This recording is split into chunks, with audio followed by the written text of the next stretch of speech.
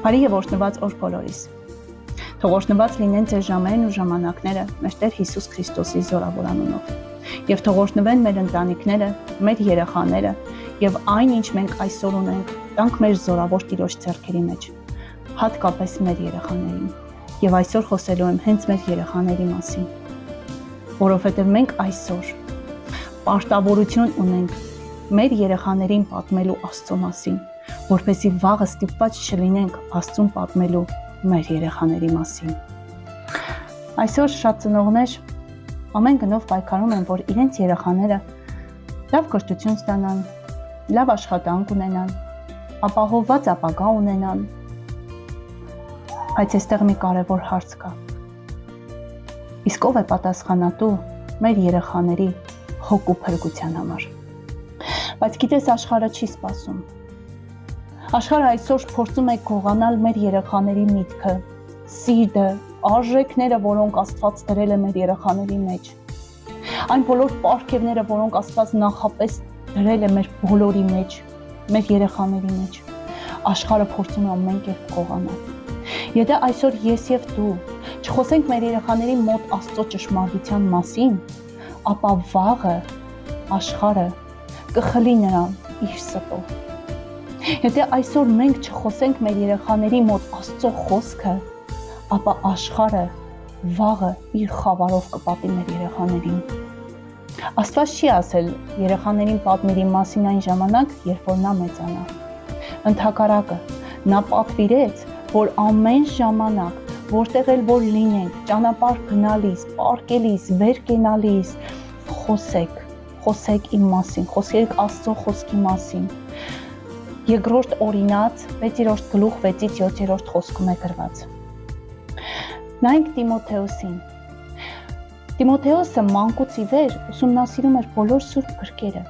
Նրա մայրը եւ տատը հավատարմորեն սովորեցնում էին Տիմոթեոսին Աստծո խոսքը։ Եւ այդ սերմերը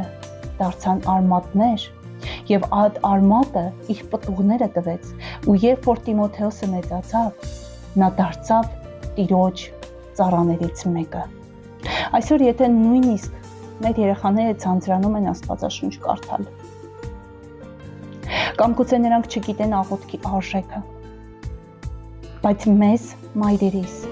տրված է աղոթելու մեր զավակների համար, որովհետև ոչ մի աղոթք երբեք դատարկ չի վերադառնում հետ։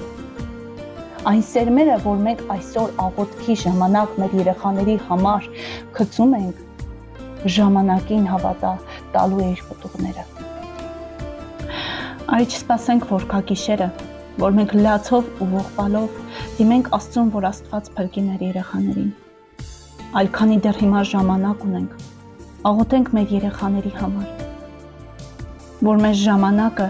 ծառայի գոհության ու փառքի համար, այլ ոչ թե ողբալու համար։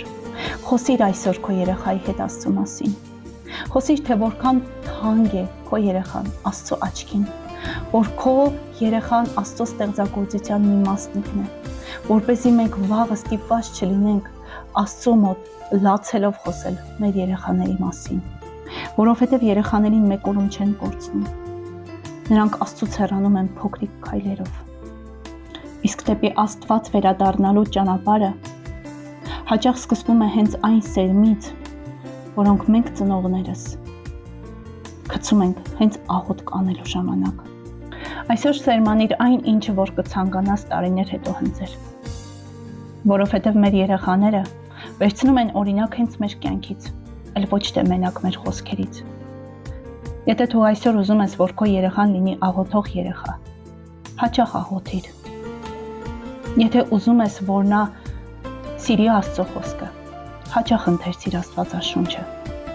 Թույլ չտաս, որ այսօր առաջինը աշխարհը խոսի քո երեխայի սրտի հետ, այլ թող առաջին ձայնը լինի Աստծո ձայնը, որը կհնչի հենց քո շուրթերի միջոցով։ Թող մենք լինենք այն ծնողներից,